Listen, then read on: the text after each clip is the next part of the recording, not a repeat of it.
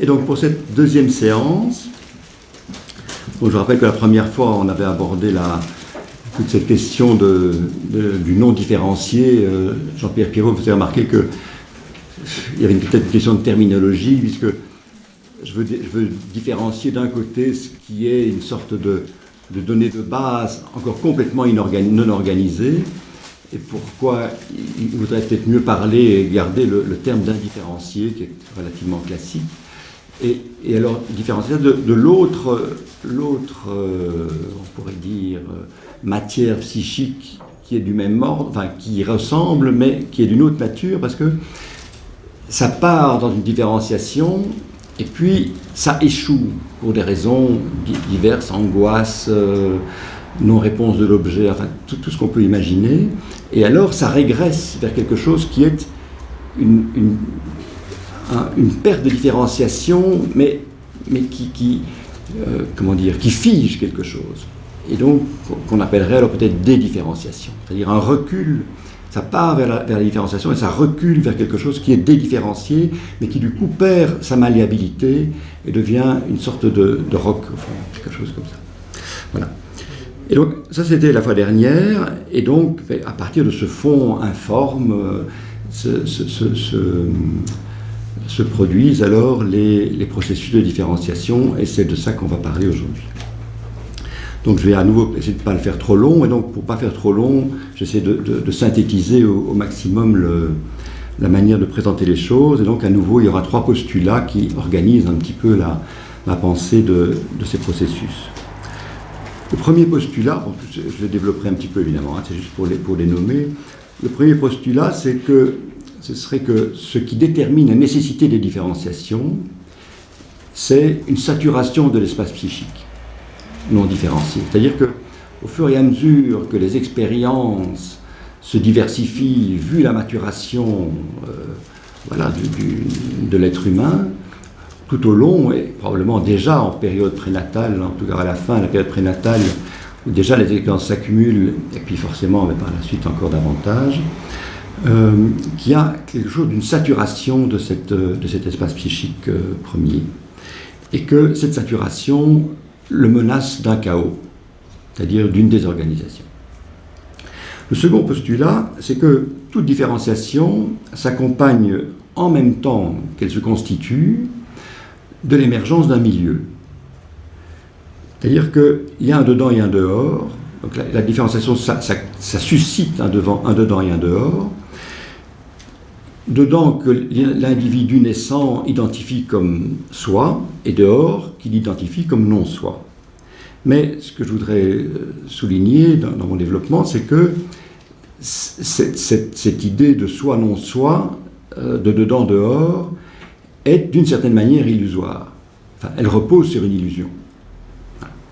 Et le troisième postulat, c'est que le développement justement de la psyché humaine nécessite une succession de différenciation et donc de constitution de niveaux dedans-dehors à chaque fois différents. Voilà. Et qui ne viennent pas se remplacer l'un l'autre, mais qui viennent, je dirais, étendre la gamme de nos différenciations dedans-dehors, et la gamme aussi, du coup, des milieux dans lesquels nous nous sentons exister. Alors, bien sûr, ces niveaux de réalité ne restent pas à un niveau purement individuel. Ils se structurent d'une part en fonction de tout ce que René Caès a développé au niveau de l'appareil psychique groupal, au niveau des alliances inconscientes. Donc il y a des structurations évidemment qui rassemblent les perceptions, les constructions individuelles. Et au-delà de ça, et c'est le niveau que René Caès n'a pas vraiment traité en tant que tel, mais l'a simplement signalé, on pourrait dire le niveau métapsychique, comme il l'appelle, c'est le niveau des ontologies, de ce que Philippe Descola appelle les ontologies, c'est-à-dire les manières d'être, les appréhensions culturelles du monde, on pourrait dire. Alors, donc simplement développer un petit peu ces 3 postulats. Le premier postulat, donc saturation et désaturation. Donc, il y a accumulation d'expériences, des expériences qui sont de plus en plus variées, de plus en plus diverses, donc de plus en plus contradictoire si elle reste à un même niveau de non-organisation. Voilà. Et que cette saturation risque, fait peser la menace d'un chaos, c'est-à-dire de quelque chose qui devient tellement bouillonnant, tellement impossible à contenir, que les mécanismes de régulation du psychisme s'en trouvent menacés. Et que donc, il y a une nécessité de catégoriser, une nécessité de créer des différences au sein de cet espace psychique non différencié, ce qui permet alors, effectivement, d'introduire des niveaux différents et donc aussi de remettre un petit peu d'ordre dans cet espace, mais c'est infini, parce que tout au long de notre vie, ces expériences s'accumulent, et ces expériences imposent l'émergence de nouvelles différenciations. Alors, l'échec de ces processus de différenciation produit effectivement un chaos psychique, une désorganisation, des régulations, et donc des pathologies d'autant plus importantes qu'elles sont précoces, évidemment. Alors, cette manière de concevoir les choses s'appuie beaucoup sur les travaux de Gilbert Simondon. Donc, pour ceux qui ont parcouru les deux bouquins que j'ai écrits là-dessus, donc surtout peut-être l'homme différencié, l'homme décontenancé, qui est un peu un ouvrage, on pourrait dire, qui détaille les choses et les données à partir desquelles j'essaie d'élaborer mes constructions. Donc Gilbert Simondon, qui est un psychologue et philosophe des techniques surtout, c'est pour ça qu'il est connu, qui travaille dans les années 40, 50, 60, et qui est un peu plus connu maintenant, mais relativement méconnu quand même. Voilà. Et donc lui, il s'appuie beaucoup sur les modèles de la physique moderne, donc les états loin de l'équilibre, également la physique quantique, et alors également les ordinateurs, la pensée donc des ordinateurs. Et pour lui, donc, c'est lui qui a développé ces notions de saturation, de sursaturation, concevant alors les systèmes comme des états métastables, c'est-à-dire appelés forcément à évoluer.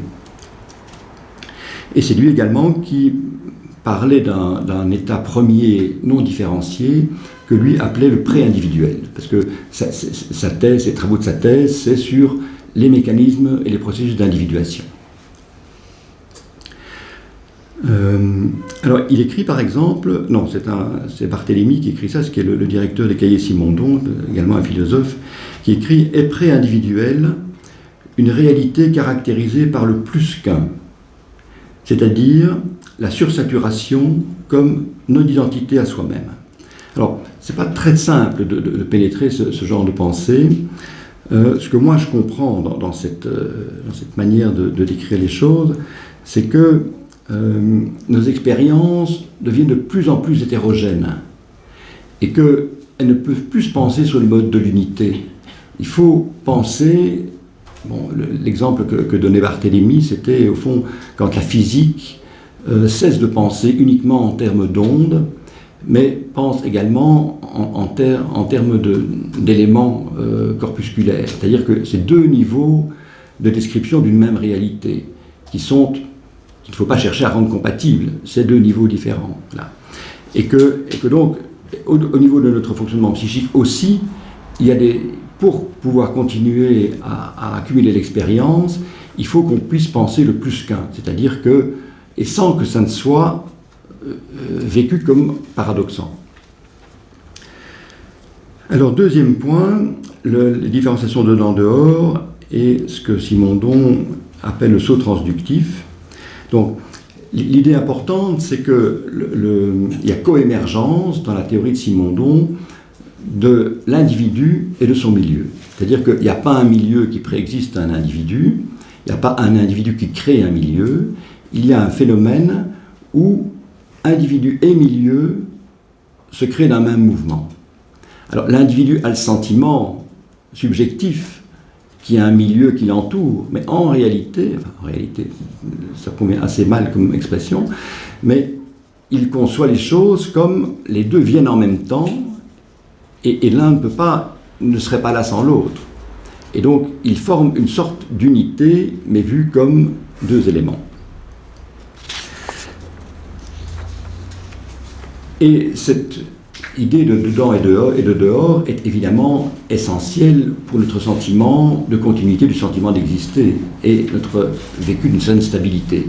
S'il n'y a pas de dedans et dehors, si tout est constamment sans aucune forme de stabilité, c'est clair que les angoisses qui en découlent sont intolérables.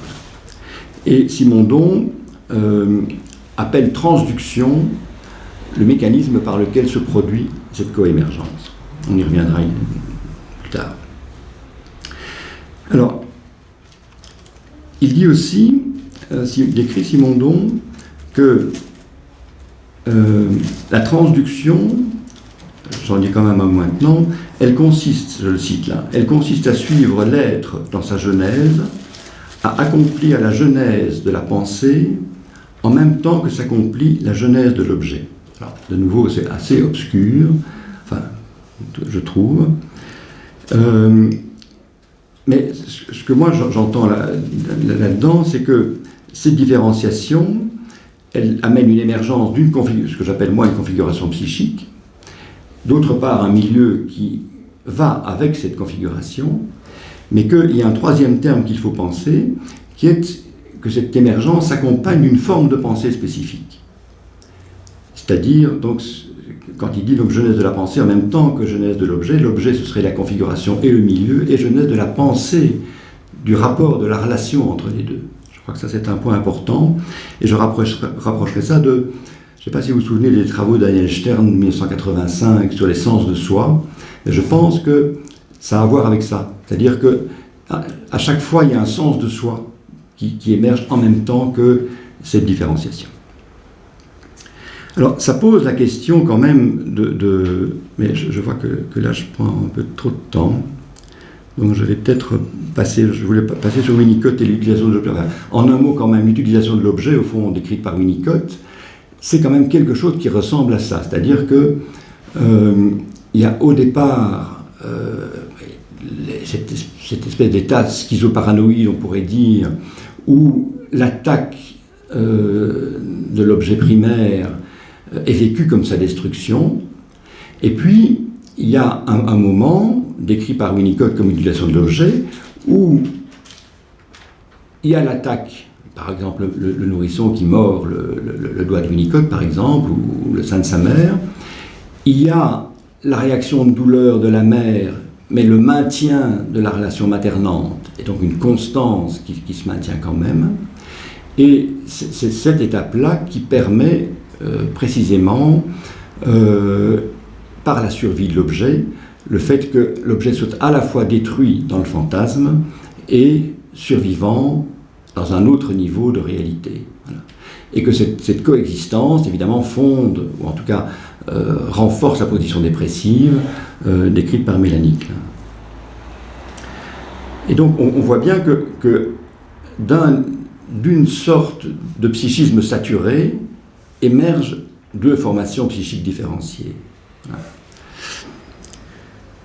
Alors, tout ça ne nous dit quand même pas comment ça se passe précisément, mais cette question de la transduction, elle est un peu compliquée, et donc je vais la réserver pour la séance prochaine. Troisième élément peut-être théorique que je voulais amener par rapport à cette théorie des configurations, c'est que, donc comme je vous l'ai dit, l'expérience s'emmagasinant, se développant, se complexifiant, eh bien, il y a nécessité d'une pluralité de configurations et d'émergence, donc de milieux. Et donc, ça c'est peut-être un point important, c'est que si on pense une pluralité de configurations, on est obligé de penser une pluralité de milieux. Donc, l'environnement en tant qu'unité, à la fois nous rassure, parce qu'évidemment on aspire à l'unité, c'est quelque chose qui est plus simple, on pourrait dire, mais l'environnement, ce sont des environnements. et donc et un nombre infini d'environnements, si on voit les choses de cette manière-là. Alors bien sûr, réduite par le fait qu'il y a, comme je le signalais avant, les aspects groupaux et les aspects métasociaux qui interviennent et donc qui reforment des cohérences, mais je crois que c'est important de le signaler.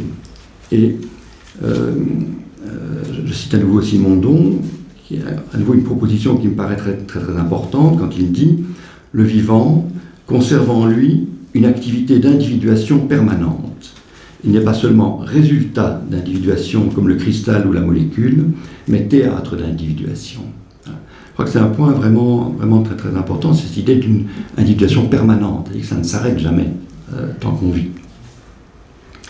Par rapport à la question de tous ces environnements, je pense que l'expérience qu'on fait actuellement du virus et de la manière dont les sociétés réagissent à cette donnée, on pourrait dire, qui concerne la santé des gens, on voit bien qu'il y a tant de manières différentes d'appréhender cette réalité de la pandémie, et que il suffit de parler avec quelques collègues et quelques patients différents pour se rendre compte qu'effectivement, ce milieu-là, c'est pas un seul milieu, c'est une pluralité de milieux vécus par une pluralité de gens, et que donc évidemment, les politiques et les médecins seraient très contents d'avoir une manière de réagir qui serait bonne pour tout le monde et partout, mais évidemment, si on pense des choses comme ça, on voit que on court après sa queue et que c'est un peu illusoire, et que donc il faut bien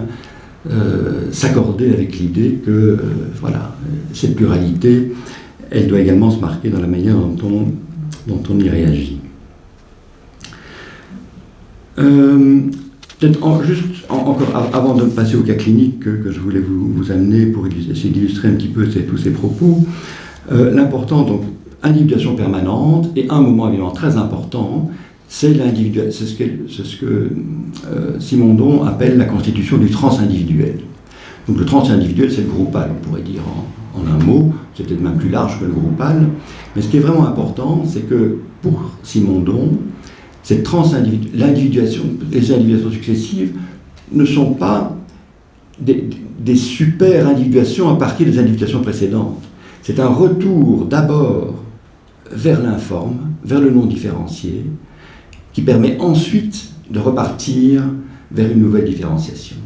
Et donc, il souligne que le transindividuel, qu'on peut rapprocher du groupal, se constitue non pas à partir des identités différenciées, mais à partir du non différencié. Et donc là, on retrouve vraiment la pensée d'Anzieu, de Caès, autrement de Bion avec les mentalités de groupe, également de Bleguer avec les dépôts des parts indifférenciées sur les fonctionnements sociaux.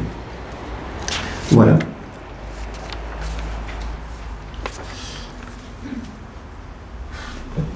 Peut-être que tu peux balancer. C'est peut-être mieux maintenant que... Ce qui est important, je trouve, c'est que... Enfin, on est plein dans le premier bion, en fait, ici.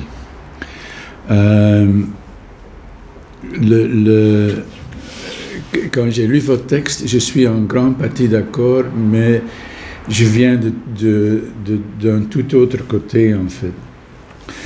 On doit voir que, disons, la pensée, disons, la philosophie française, c'est surtout la pensée. C'est la pensée, et ça, enfin, c'est bien... Votre texte reflète ça bien, je trouve. Vous faites des constructions et comme ça, vous déduisez des choses comme l'indifférenciation et la pensée de Bion, mais on peut aussi dire, en fait, une toute autre approche, c'est la pensée anglaise, c'est l'empiricisme, c'est la source et l'empiricisme. C'est une très grande différence. Et je trouve que enfin, c'est difficile aussi, ici dans notre société de psychanalyse, d'être en contact avec cet autre côté, puisque, disons, c'est pas c'est comme c'est pas dans le DNA de la pensée française. Donc, je voudrais, et j'avais, puisque tu vas parler de Bacon après, et je crois que tu m'as donné la référence il y a peut-être 20 ans, Blandine, mais ce petit livre est un des livres que j'aime le plus, c'est un de mes préférés. Bacon avec une belle photo de Sylvestre, je crois. Mais dedans, il y a un petit texte de Didier Angieux, et je crois que s'il y a un auteur analytique français qui est vraiment très proche de ces idées d'empiricisme, c'est Angieux. Et Angieux dit même que, disons, pour les, enfin, on ne peut pas dire pour les Anglais en général, mais certainement donc, le premier Bion, puisqu'il va, à la fin, il va sortir de ça, mais le premier Bion, il disait « The animal grew a mind ». Donc l'animal, il y a disons, un mind qui a commencé, mais ce petit mind, c'est rien en fait encore. C'est pas encore, enfin, disons, nous souffrons de ça et c'est pas encore très développé, on pourrait dire. Et the animal grew a mind, c'est par la sensation, donc le contact avec disons, ce qui nous entoure. Mais la sensation, et Angieux souligne ça très bien, la sensation, il n'existe même pas une traduction en français pour le mot anglais « sensation ». Donc, on voit déjà le problème. Et Angieux décrit ça très bien. « Sensation », pour les Anglais, c'est... on le compare souvent avec les madeleines de Proust, on pourrait dire. Donc, il y a... Les madeleines, c'est le goût, mais il y a déjà un début de pensée, on pourrait dire. Donc c'est quelque chose, le début du psychisme. Donc c'est différent de la sensation française, sensation. Et enfin, j'ai pas lu Simondon, mais disons en étudiant Bion, j'ai lu tous les empiricistes anglais comme Berkeley, c'est très intéressant, Berkeley, Hume, Locke. Et pour eux, c'est très très différent, donc ils sont tout proches de ça. Et pour eux, les pensées, disons, c'est pas quelque chose qui se déduit logiquement, mais c'est quelque chose qui vient par mettre des choses ensemble, c'est très basique, et il reste là. Et on voit ça aussi dans les congrès psychanalytiques, dans le sens que, disons, les collègues français, ils développent une pensée, un discours, et on aime ce discours, et souvent c'est bien fait, mais c'est un discours pensé. Et puis il y a toutes ces discussions sur Freud a dit ça ou il a dit ça, et ce sont des pensées, en fait, des pensées fines. On dit souvent, après une présentation, c'était une pensée fine. Les Anglais, ils parlent de la clinique et un tout petit peu de la pensée. Pour eux, c'est tout différent. Donc, c'est important de voir cette différence. Et je suis très content que tu as amené Bacon, puisque là, on voit vraiment cette différence d'approche. OK. Donc, et moi, en fait, pendant 30 ans, j'ai essayé de me libérer de la pensée, ce qui n'est pas facile, puisque on peut voir que notre but, en fait, c'est de venir de cette zone indifférenciée et d'arriver à quelque chose différencié, plus de contrôle et tout ça. Mais à la fin, comme Bion se rend compte que là, c'est toujours une illusion. Le plus important, c'est le contact direct avec cette zone indifférenciée. Mais le chemin, l'autre chemin d'aller vers cette zone indifférenciée, ce contact avec, on pourrait dire, le réel, c'est très difficile. C'est très difficile d'arrêter, disons, la soi-disant pensée. La pensée d'ailleurs de Bion et des Anglais, c'est pas du tout la même que pensée. Disons, Hume disait thinking is a habit before reflection. Donc, penser, c'est une coutume avant qu'on commence à réfléchir. Ça sont les Anglais. C'est très différent d'une pensée qu'on fait d'une manière déductive. C'est ça qu'on voit, enfin on appelle ça maintenant dans la neuroscience le mind wandering. C'est quelque chose qui va de soi-même. Et c'est ça le mind qui a commencé en contact avec la réalité.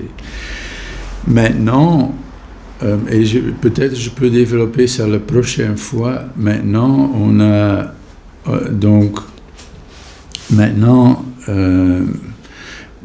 dans la psychanalyse, on est proche de ce que fait ce mind et les idées psychanalytiques sont très proches des idées neuroscientifiques.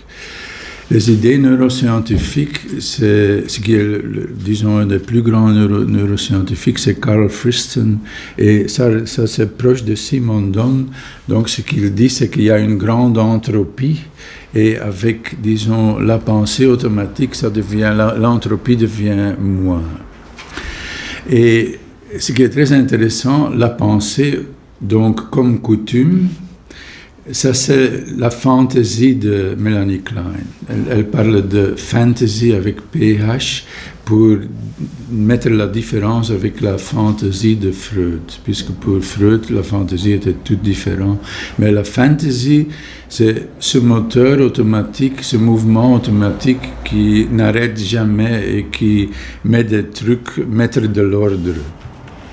D'ailleurs, pour le moment, on voit le rêve plutôt comme pendant qu'on dort, quelque chose qui met de l'ordre dans tout ce que nous avons vécu, en mettant les choses ensemble qui ressemblent de forme.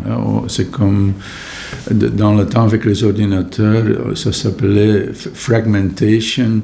Donc on voyait, mais peut-être vous ne connaissez plus ça, mais on devait faire ça et puis pour sauver de mémoire, l'ordinateur mettait tout ça ensemble avec des petits carreaux, vous rappelez?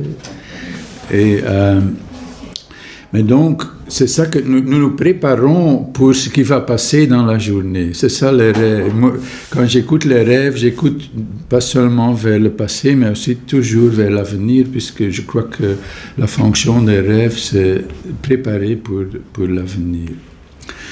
Bon, on sait maintenant aussi, de point neuroscientifique, disons le network qui est responsable de faire ça et qui correspond au moi le moi inconscient de Freud, c'est le default mode network, mais je crois pas, je peux pas développer ça ici, peut-être le fois prochain. Mais Bion aussi a fait toute une étude de comment de partir de ce sensation avec les éléments bêta, comment toutes les étapes de pensée pour arriver à quelque chose de plus pensé, de thoughts, comment ça marche. Et il a fait, disons, le premier Bion, c'est ça. Et j'avais préparé ça pour aujourd'hui, mais je vais le garder pour le fois prochain. Alors. Donc, Bion est parti de là, mais ce qu'on voit chez les empiricistes, c'est que ce qu'ils aiment, et aussi Bion dans son travail, c'est pas d'aller de plus en plus haut et de plus en plus sophistiqué, mais c'est juste le contraire. C'est de partir de là pour aller à des éléments bêta, à le moins penser, être si proche que possible avec cette zone qui n'est pas pensée. Et Bion, là, te rejoint, Jean-Paul, dans le sens que le Bion, avant qu'il était analyste et qu'il travaillait avec les groupes, il avait parlé de proto-mental matrix. C'est la même chose. Donc nous sommes dans un proto-mental matrix. Et c'est dans les groupes. Et quand on veut changer quelque chose dans une institution ou dans les groupes, c'est avec ce proto-mental matrix, c'est là qu'on doit changer des choses. Ou dans un couple, disons, les pensées viennent d'après. Si on est dans un mode fight-flight, on peut parler si long qu'on veut, ça ne va rien changer. Si on tourne vers un autre, comme par exemple pairing ou dependent, basic assumption, on est dans un autre mode et puis il y a des autres pensées qui peuvent venir. Je pense, ce que je pourrais dire encore, peut-être que je peux montrer très vite quelques schémas pour mettre un peu de l'ordre dans ce que je dis. Je peux développer aussi une autre fois, si vous voulez, ça c'est le deuxième bion, c'est comment il a conçu qu'on peut arriver à être en contact avec cette zone pas différenciée, puisque tu m'as fait demander ça. L'idée de Bion à laquelle il est venu, c'était, disons, l'idée de détruire cette pensée. C'est aussi la position paranoïde schizoïde de Bion. Ça veut dire ni mémoire, ni désir. Désir, c'est la mémoire dans le futur. On pourrait dire no understanding, donc pas comprendre, no cohesion, donc pas faire de liens cohérents. Donc on doit laisser tout ça. Donc et Bion en parle aussi, c'est un exercice, hein, c'est difficile pour y arriver, c'est un long exercice. Et c'est comme ça qu'on peut être en contact avec ce que nomme Bion l'intuition. L'intuition. Et j'ai deux groupes maintenant à l'étranger, enfin, c'est facile maintenant par Zoom, un en Norvège et un en Israël, où donc on est particulièrement, ce sont des collègues de sociétés-là. Je trouve qu'il y a, disons, je fais la différence entre, j'en ai peut-être parlé la fois passée, l'association horizontale et l'association verticale. J'en ai déjà peut-être parlé. Mais disons, quand on est en contact avec cette autre zone, ça veut dire qu'on essaye d'être vide aussi. Quelque chose peut venir comme presque une hallucination ou quelque chose qu'on entend ou quelque chose qu'on voit. Et l'association horizontale, c'est dans cette zone de pensée automatique, puisque là on dit je pense à, ça me fait penser à, on est dans cette zone d'association horizontale, tandis que l'autre c'est plutôt comme une intuition, une image, un voix qu'on entend. Et avec ces groupes, on essaye en parlant d'un cas, on essaye de voir ce qui sort. Et puis on compare ça à ce que l'analyste a présenté. C'est une manière de supervision et recherche en même temps. Si j'ai encore 5 minutes, je vais juste montrer quelque chose et puis je voudrais encore dire quelque chose, Jean-Paul, sur Winnicott. Je suis d'accord avec ce que tu dis de Winnicott, mais Winnicott, donc pour lui, évidemment, c'est un des analystes les plus anglais. Et pour lui, donc, il était orienté vers l'environnement et il trouvait que l'environnement était traumatique. Donc, la mère devait mettre une illusion entre le contact avec la réalité et puis le bébé, on pourrait dire. C'était une illusion.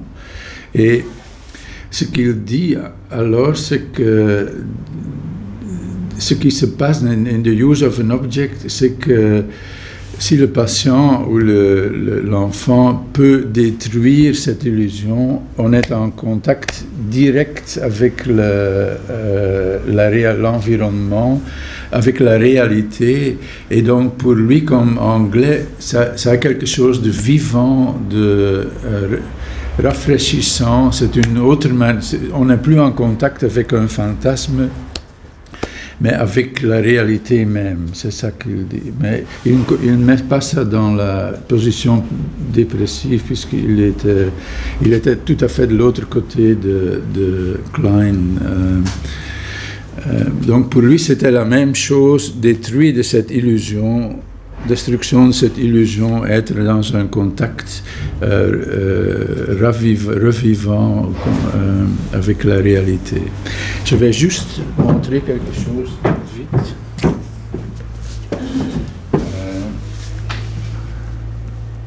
Donc ça c'est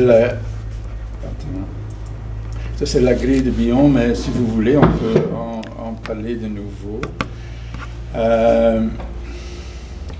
Ça, je ne vais pas développer, c'est trop compliqué, mais ce que je veux dire ici surtout, c'est qu'on est dans ce point, disons, ça c'est on est dans cette zone indifférenciée tout le temps. Et pour Bion, on est tout le temps fragmenté. Il dit le chaos, c'est notre nature en fait. Donc on est tout le temps fragmenté.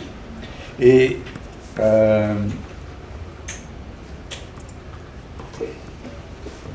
l'idée duquel je suis parti, c'est qu'il y a donc cette zone indifférenciée, cette ligne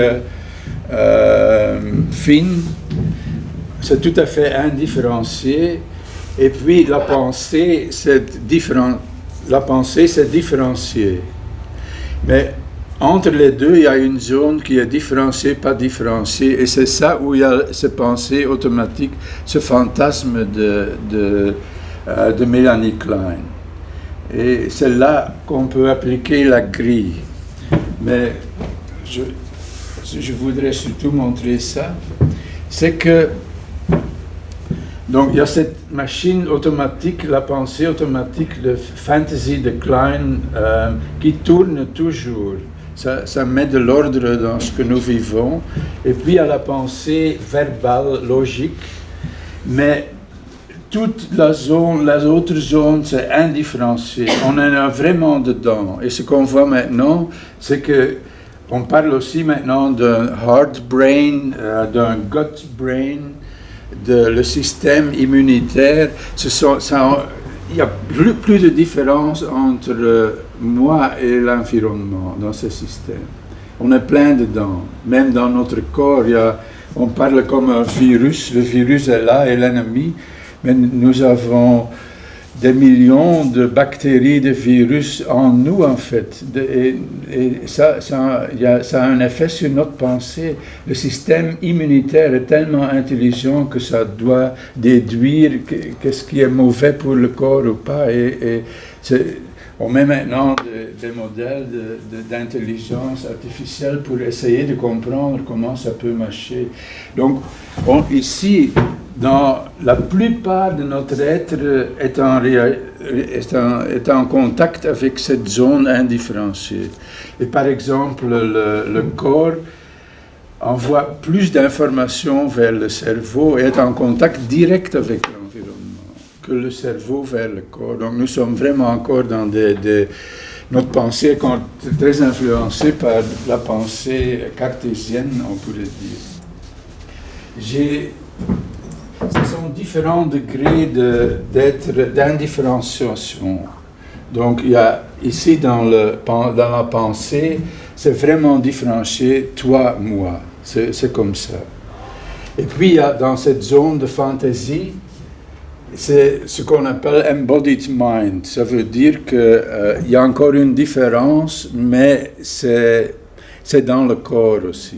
Il y a plus cette par exemple, dans la projection l'identification projective, on sent ça. C'est plus une pensée. On sent que l'autre est agressif.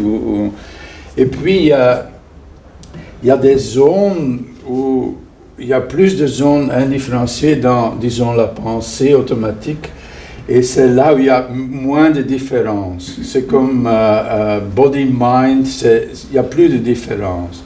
Comme par exemple, je trouve ça très important dans les analyses, de background mother, ça veut dire que cette sensation d'être là, le cadre, le local, la voix, le parfum, c'est très très important, mais il n'y a plus de différence entre toi et l'analysant. Et puis, il y a une zone très très proche de toute la zone hors des pensées, hors de la langue, donc où on n'en peut dire rien. Et là, on est très très proche de ça, c'est avec l'intuition, c'est le no mind, no body, on pourrait dire. Donc pour arriver là, on doit transcendre mind et body. Et c'est là, dit Bion, où on doit arriver, en fait, pour être pendant la séance, mais c'est très très difficile.